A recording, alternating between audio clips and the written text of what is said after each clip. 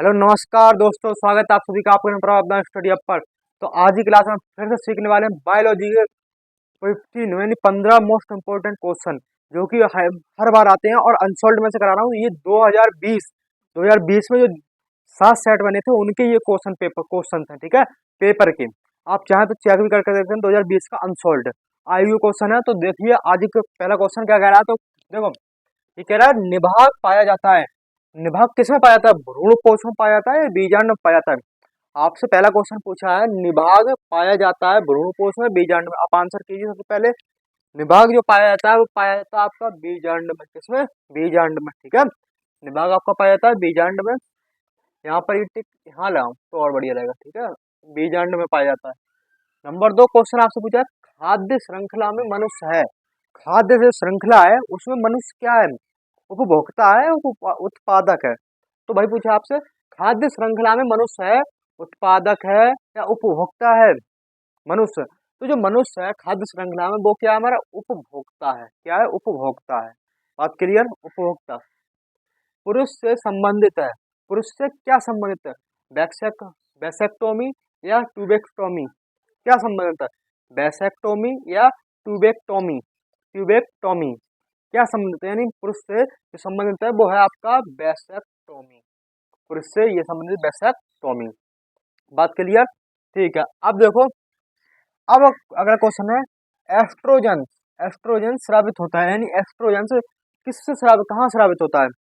Leydig कोशिकाओं से स्रावित होता है या सर्टोली कोशिकाओं से स्रावित होता है? एस्ट्रोजन स्रावित होता है लेडिक कोशिकाओं से या सर्टोली कोशिकाओं से? तो जो एस्ट्रोजेंस है वो आपका होता है लीडिक कोशिकाओं से। किससे? लीडिक कोशिकाओं से या लीडिक कोशिका से। बात क्लियर? ठीक। नंबर 5 क्वेश्चन क्या कह रहा है आपसे? आपसे ये पूछा है, बिडाल परीक्षण द्वारा किसकी पुष्टि की जाती है? जो बिडाल परीक्षण है उसके द्वारा किसकी पुष्टि की जाती है?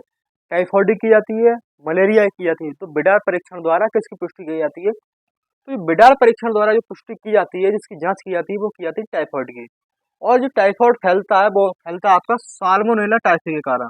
किसके कारण? साल्मोनेला साल्मोनेला टाइफी के कारण ये रोग होता है। यानी जो हमारा टाइफॉइड है वो साल्मोनेला टाइफी के कारण होता है। बात क्लियर? ठीक है। शैवाल अलैंगिक जनन करते हैं। किस कलिका द्वारा करते हैं? चलबीजाणु द्वारा करते हैं। शैवाल होते हैं, शैवाल। शैवाल क्या है? पादप है। तो शैवाल जो पादप है वो अलैंगिक जनन किसके द्वारा करता है? कलिका द्वारा करता है, चलबीजाणु द्वारा करता है। आपको इसका आंसर लगाना है, तो बताओ इसका आंसर क्या होगा? इसका आंसर जो राइट आंसर होगा वो होगा चल बीजाणु द्वारा। किसके द्वारा? चल बीजाणु द्वारा। चल बीजाणु द्वारा।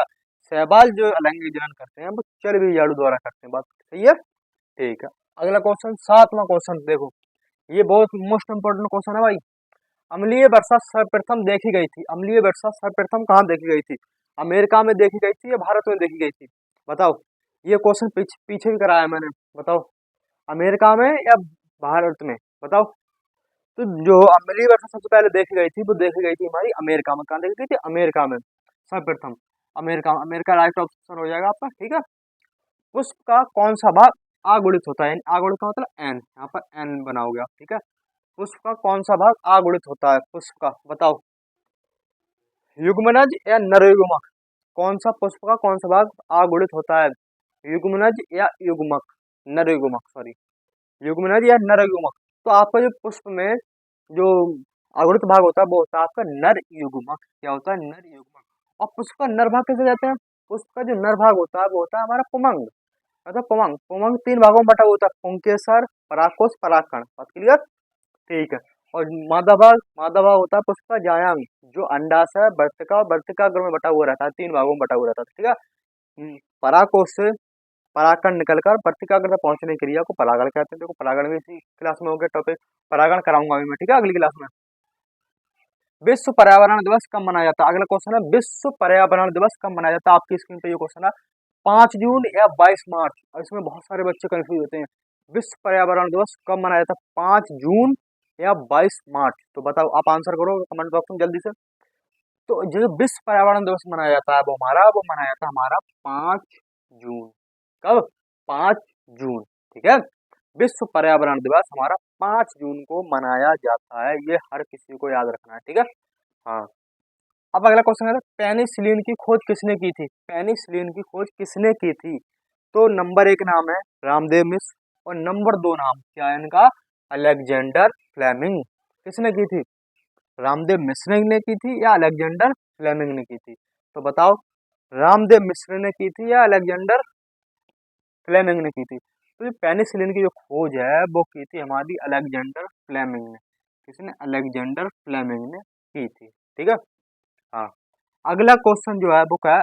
कॉपर्टी रोकती है, कॉपर्टी क्या रोकती है? निषेचन को या अंडोत्सर्ग को? किसको रोकती है? तो कॉपर्टी जो रोकती है वो हमारी निषेचन, निषेचन की क्रिया को रोकती है, अंडोत्सर्ग को नहीं, ठीक है। अगला क्वेश्चन है, टीबी के टीके का नाम क्या है? जो टीबी हो जाती है, टीबी, अब देखो टीबी जो है किसके कारण फैलता है? तो बताओ टीबी के टीके का नाम क्या है? पहले ये बताओ, टीबी के टीके का नाम क्या है? टीबी के टीके का नाम क्या है? डीएफटी, डीपीटी है या बीसीजी है? डीपीटी है या बीसीजी है? तो जो टीबी के टीके का नाम है वो आपका बीसीजी, क्या? बीसीजी, ठीक है, बीसीजी।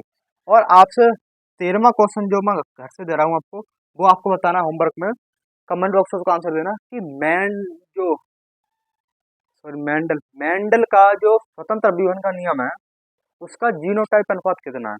मेंडल के स्वतंत्र अभिवन का नियम का जीनोटाइप अनुपात कितना है?